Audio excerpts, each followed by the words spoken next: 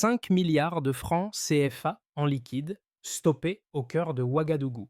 Présentée comme un simple investissement, cette valise expose l'écart brutal entre la courtoisie des salons diplomatiques et une mécanique d'influence que les services relient à des tentatives de déviation politique.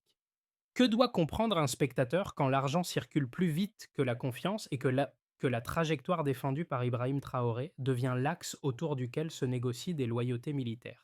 Et si cette somme n'était que l'ombre d'un dispositif plus vaste, déjà en mouvement? Cette séquence ne cherche pas à raconter un fait spectaculaire de plus, mais à proposer au spectateur une grille de lecture rigoureuse pour comprendre comment un flux financier apparemment banal peut devenir un levier stratégique dans un État sous tension. Le bénéfice est clair. Acquérir en quelques minutes une méthode pour décrypter les opérations d'influence là où elles se dissimulent derrière des mots neutres, des structures respectables et des intentions affichées comme bienveillantes. L'enjeu dépasse largement la valise elle-même, car ce type de mécanisme interroge la capacité réelle d'un pays à préserver ses centres de décision lorsque des acteurs extérieurs testent ses lignes de fracture interne. Dans le contexte burkinabé, où sécurité, économie et gouvernance s'entrecroisent en permanence, chaque signal faible peut annoncer une tentative plus large de reconfiguration du pouvoir. Comprendre cette affaire, c'est donc mesurer ce qui se joue lorsque la souveraineté devient un terrain de négociation implicite, et pourquoi la position défendue par Ibrahim Traoré cristallise autant d'intérêts contradictoires, visibles ou non. La révélation ne vient pas d'un sommet officiel, mais d'une scène presque banale. Un homme élégant, porteur d'une valise contenant précisément 5 milliards de francs CFA, est interpellé en plein centre de Ouagadougou. En moins de 24 heures, les services de sécurité établissent un premier faisceau d'indices, reliant cette somme à un réseau opérant entre Abidjan, Accra et Paris, confirmant que l'épisode dépasse largement le geste isolé d'un visiteur étranger. À ce stade, l'affaire cesse d'être une anecdote pour devenir un signal. Le contenu de la valise n'a rien d'un investissement productif ni d'un prêt structuré. Il s'agit d'un levier destiné à acheter des loyautés militaires dans une phase où la stabilité institutionnelle reste fragile. Les premiers éléments d'enquête montrent que l'argent liquide est choisi précisément pour sa rapidité, sa discrétion et sa capacité à contourner les circuits officiels. Cette méthode, déjà observée dans d'autres contextes sahéliens, permet d'agir sans laisser immédiatement de traces comptables exploitables. Le contexte régional renforce cette lecture. Le Burkina Faso évolue dans un environnement où pression sécuritaire, dépendance économique et injonctions diplomatiques se superposent. Dans cet espace, les concessions minières, les programmes d'aide et les accords SAD bilatéraux forment un terrain où chaque engagement financier peut dissimuler un objectif politique. C'est dans ce cadre qu'Ibrahim Traoré évoque une guerre invisible menée non sur les lignes de front, mais dans les accords déjà rédigés et les chaînes de décision opaques. Pour le spectateur, la question centrale commence à se préciser. Si une opération de cette ampleur peut être détectée presque par hasard, combien d'autres circulent sous la surface sans jamais émerger? Cette interrogation n'est pas accessoire. Elle structure tout le récit à venir. La valise devient alors moins un objet spectaculaire qu'un révélateur, montrant comment un flux financier peut tester la cohésion d'un appareil d'État et mesurer sa capacité de réaction. À partir de ce point, chaque donnée supplémentaire n'ajoute pas seulement de l'information, elle dessine progressivement un schéma cohérent où l'argent sert d'instrument stratégique plutôt que de simple ressource. Les véritables personnages guides de cette séquence ne sont ni les intermédiaires financiers, ni les relais étrangers évoqués dans les premiers rapports, mais quelques officiers burkinabés restés en retrait du bruit public. Ils perçoivent les premières rumeurs d'un prétendu bienfaiteur, prêt à soutenir certains cadres en échange d'un alignement politique discret. Leur choix n'est ni l'adhésion ni la dénonciation immédiate, mais une voie médiane où l'observation devient un outil stratégique. Cette posture, froide et méthodique, permet de transformer une approche ambiguë en source d'informations exploitables. Un premier cas se déroule dans un bureau sobre, loin des centres de pouvoir visibles. Un officier reçoit un appel évoquant une opportunité de transition, accompagné d'un soutien logistique non détaillé. Il feint l'hésitation, relève les formulations, note les promesses implicites, puis transmet chaque élément à la chaîne de commandement. Ce geste marque le début d'un suivi discret où chaque mot compte, car une réaction trop rapide aurait pu faire disparaître les initiateurs de la manœuvre. Un second cas apparaît dans un cadre informel, presque banal, lors d'une rencontre où l'interlocuteur parie sur la lassitude institutionnelle. La stratégie reste identique. Écouter, documenter, maintenir l'illusion d'un intérêt prudent pour remonter la piste sans alerter ceux qui la pilotent. Peu à peu, ces signaux faibles convergent. Ils dessinent un axe reliant argent liquide, réseaux extérieurs et tentatives de manipulation politique dans un contexte où Ibrahim Traoré cherche à maintenir une cohésion déjà mise à l'épreuve. L'impact est immédiat mais silencieux. Avant tout scandale public, un noyau d'officiers choisit la souveraineté plutôt qu'un confort personnel immédiat. Pour le spectateur, le sens est clair. La loyauté ne se proclame pas, elle se construit dans ses décisions invisibles. Le déclenchement réel prend forme à partir d'une rumeur qui circule d'abord à voix basse, glissant d'un cercle militaire à l'autre sans jamais s'exposer frontalement. Il est question d'un étranger courtois, discret, convaincu que certains officiers accepteraient de faciliter une transition en douceur contre une aide financière immédiate. Au départ, ce signal est traité avec prudence comme tant d'autres, dans un environnement saturé d'informations contradictoires. Mais lorsqu'une proposition plus précise est rapportée, assortie de montants et de modalités implicites, l'hypothèse d'une manœuvre structurée s'impose. L'argent liquide apparaît alors comme l'outil central d'une tentative d'influence calibrée, pensée pour agir vite avant toute réaction institutionnelle. L'étape suivante consiste à laisser l'initiative se déployer sous contrôles étroits. Cette décision marque une rupture avec les réflexes habituels de neutralisation immédiate. Elle vise un objectif précis, identifier l'ensemble des acteurs impliqués, leurs relais et leurs méthodes. Des équipes restreintes sont mobilisées pour suivre les rencontres, observer les déplacements et recouper les informations sans rompre la couverture. Chaque échange est documenté, chaque rendez-vous replacé dans une chronologie plus large.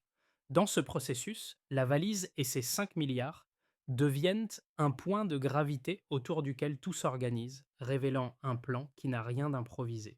Le crescendo s'accélère au fil des semaines. Les intermédiaires multiplient les contacts, persuadés que le noyau d'officiers ciblés s'apprête à basculer.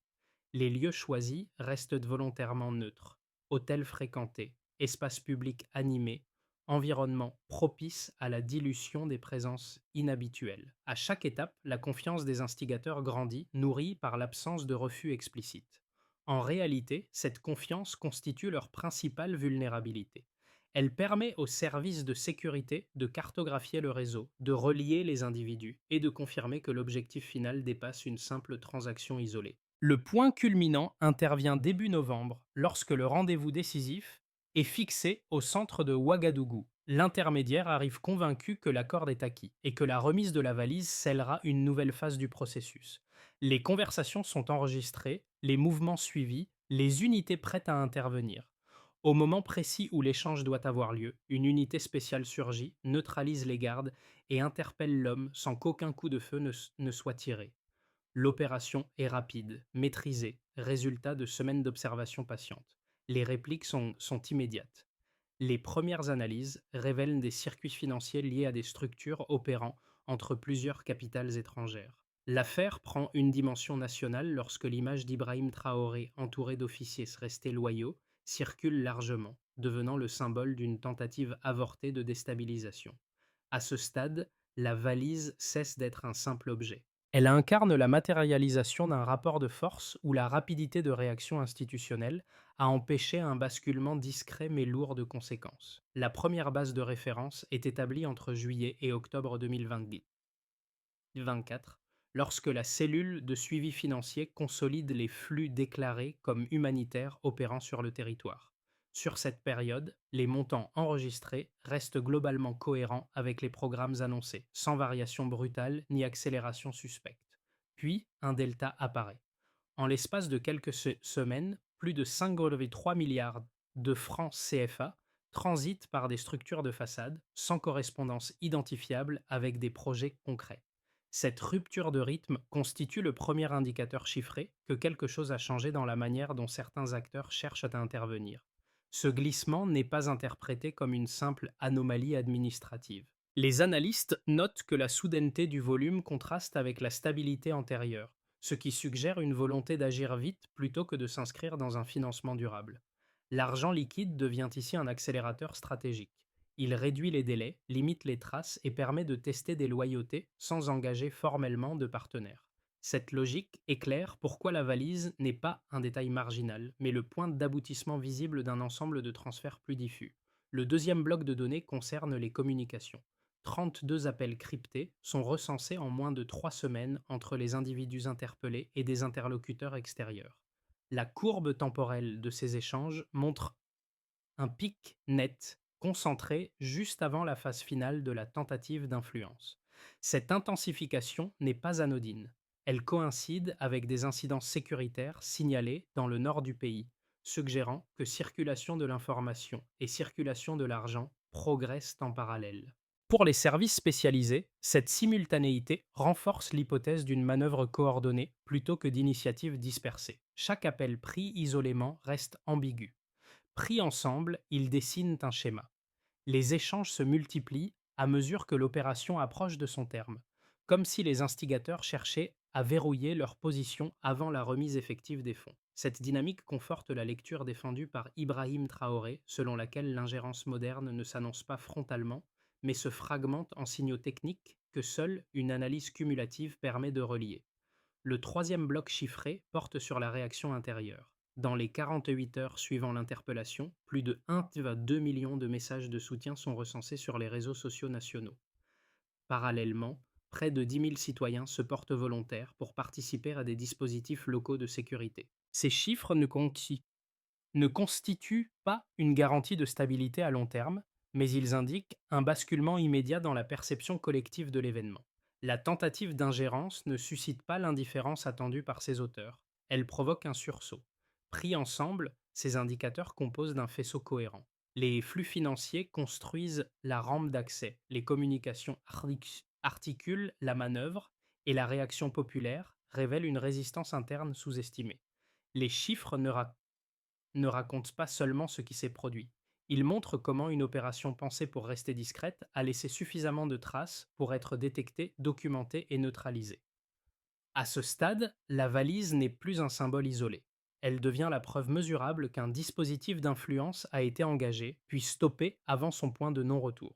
Une première thèse, souvent avancée dans certaines analyses extérieures, affirme que l'affaire de la valise relèverait d'une forme de surinterprétation sécuritaire. Selon cette lecture, l'État burkinabé verrait dans chaque flux financier atypique une tentative d'ingérence, au risque de transformer des partenariats imparfaits en menaces systématiques.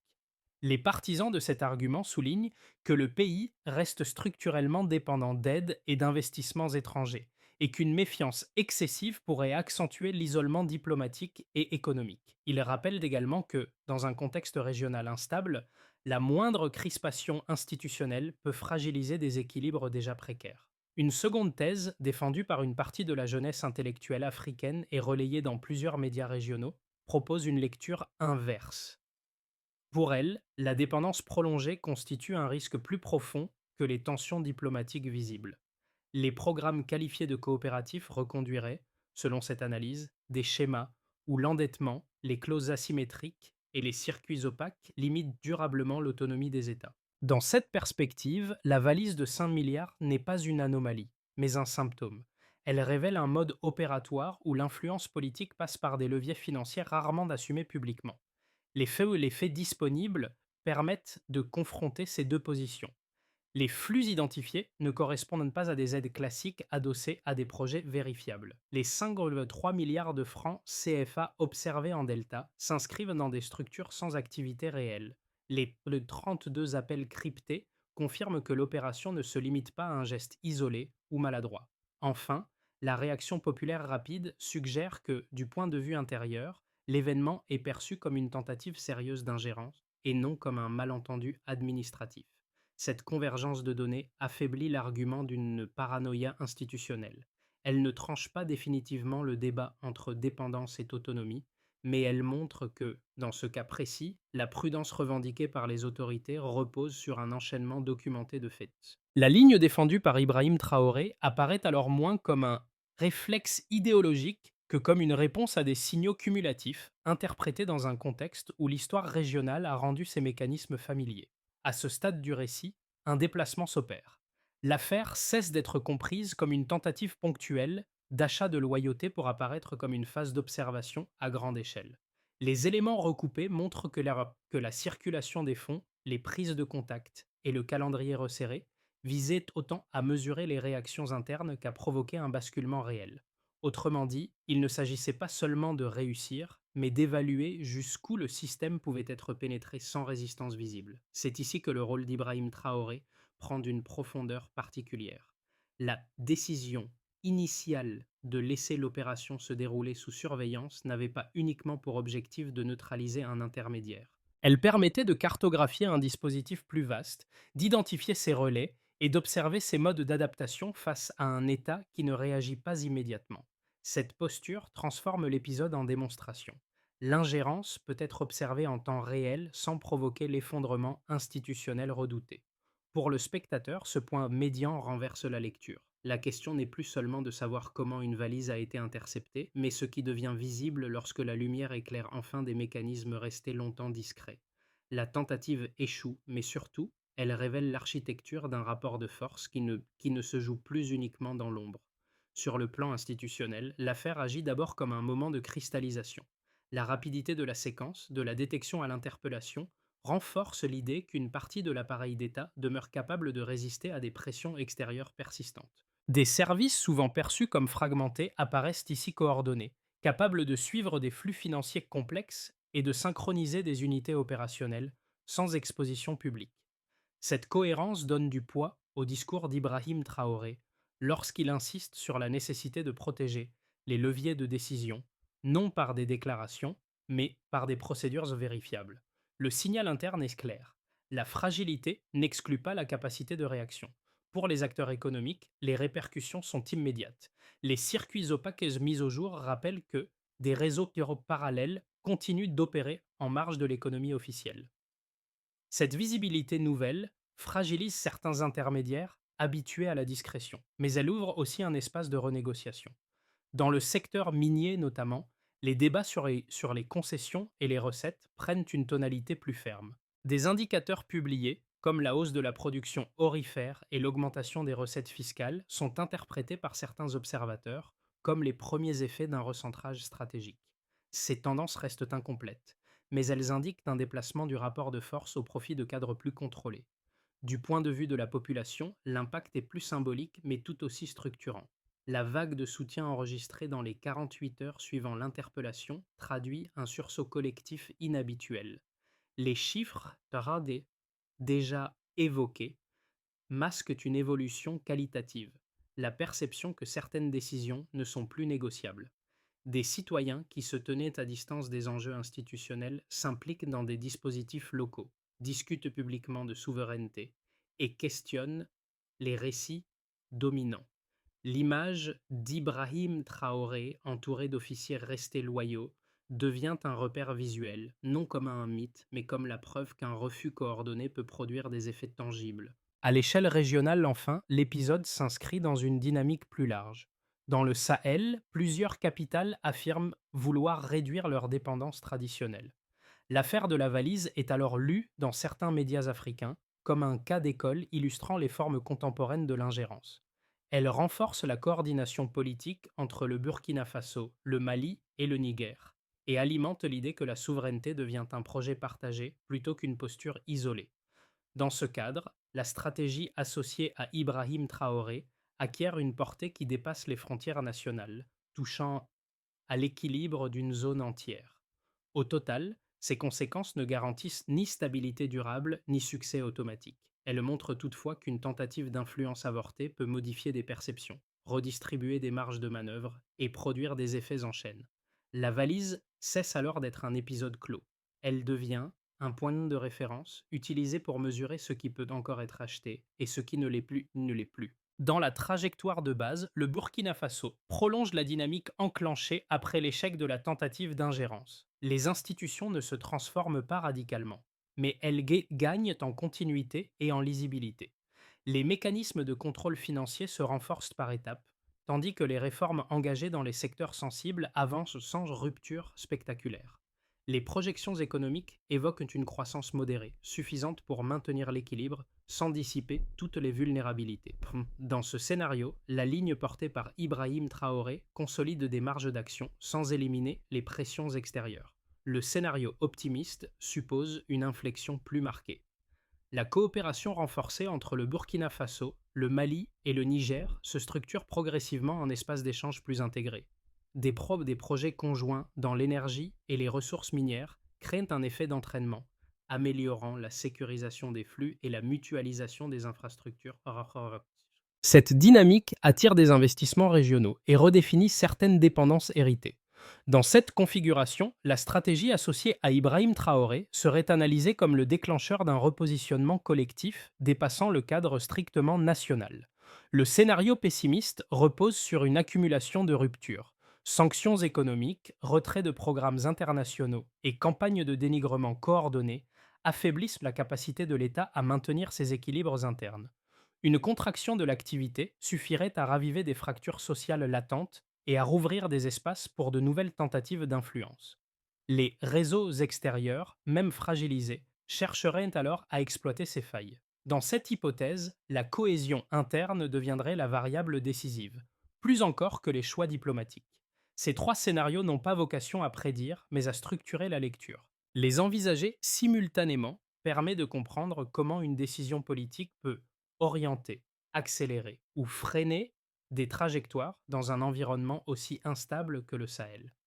Pour une première catégorie de spectateurs, ceux qui suivent régulièrement l'actualité du Sahel, sans entrer dans ses détails techniques, l'affaire de la valise agit comme un rappel brutal de la complexité politique burkinabé. Elle montre que les tensions ne proviennent pas uniquement des combats visibles ou des attaques armées, mais aussi d'initiatives feutrées, menées dans des espaces où les décisions semblent anodines. Pour ce public, le récit apporte une clé de lecture essentielle: comprendre que l'ingérence moderne avance rarement à découvert et préfère exploiter les zones grises de la vulnérabilité institutionnelle. Une deuxième catégorie observe l'épisode à travers un prisme économique. Ces spectateurs s'interrogent moins sur les individus que sur les mécanismes. Comment un pays confronté à des contraintes budgétaires peut-il se protéger de flux financiers capables de contourner les circuits officiels? Les données évoquées sur les transferts opaques, les structures de façade et les variations soudaines de montants éclairent ce questionnement. Elles suggèrent que la souveraineté économique ne dépend pas seulement des ressources disponibles, mais de la capacité à en contrôler les usages et les trajectoires. La troisième catégorie se concentre sur la dimension humaine des choix politiques. Elle retient la loyauté silencieuse des officiers, la patience stratégique et la décision de ne pas céder à une solution immédiate mais risquée. Pour ces spectateurs, l'histoire met en scène un dilemme universel.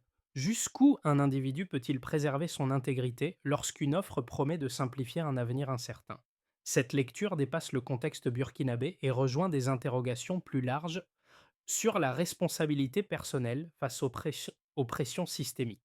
Ces trois regards ne convergent pas toujours, mais ils dessinent un espace commun de réflexion.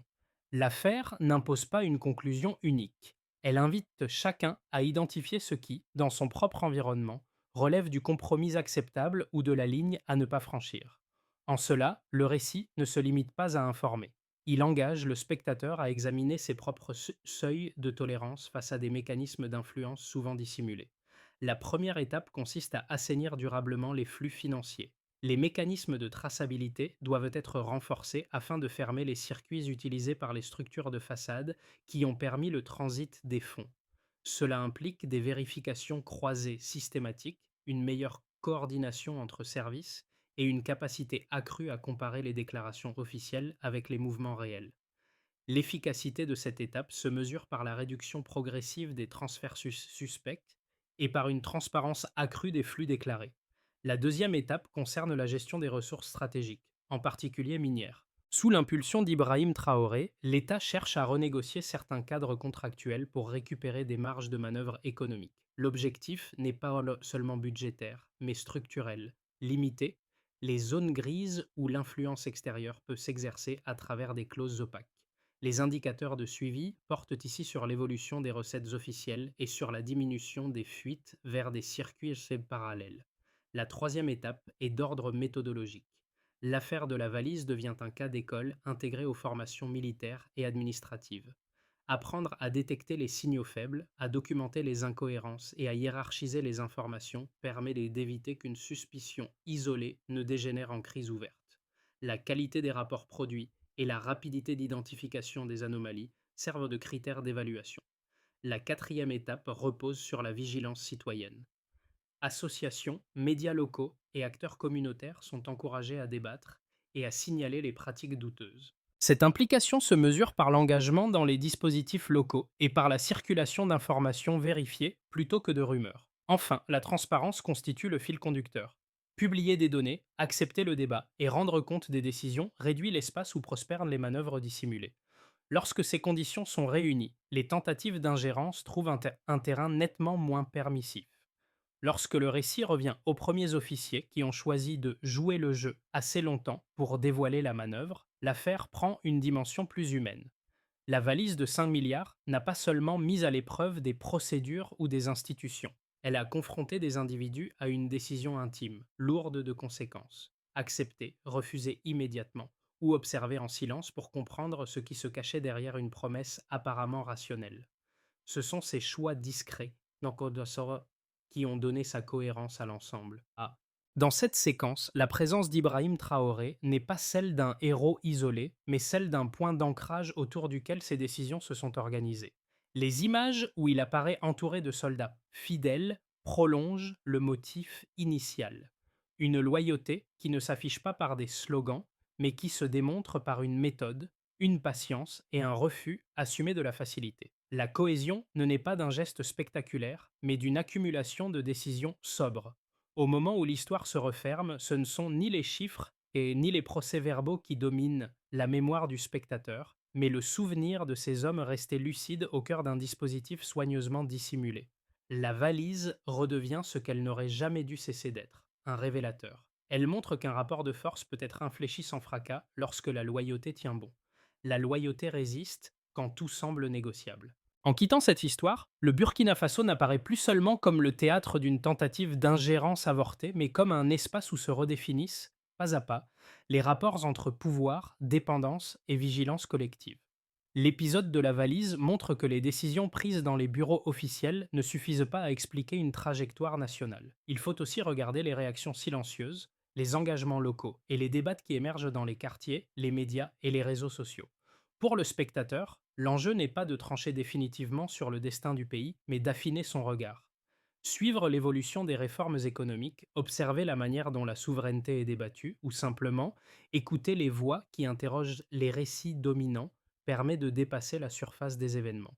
La trajectoire défendue par Ibrahim Traoré s'inscrit ainsi dans un ensemble plus large de choix, de résistance et d'arbitrage encore en cours. Ce récit n'impose pas une conclusion fermée. Il propose un cadre pour réfléchir autrement aux formes modernes d'influence et aux seuils à partir desquels une société décide de dire non. Face aux valises, visibles ou invisibles, qui circulent ailleurs aussi, jusqu'où pensez-vous que d'autres devraient pouvoir décider de la valeur de votre liberté?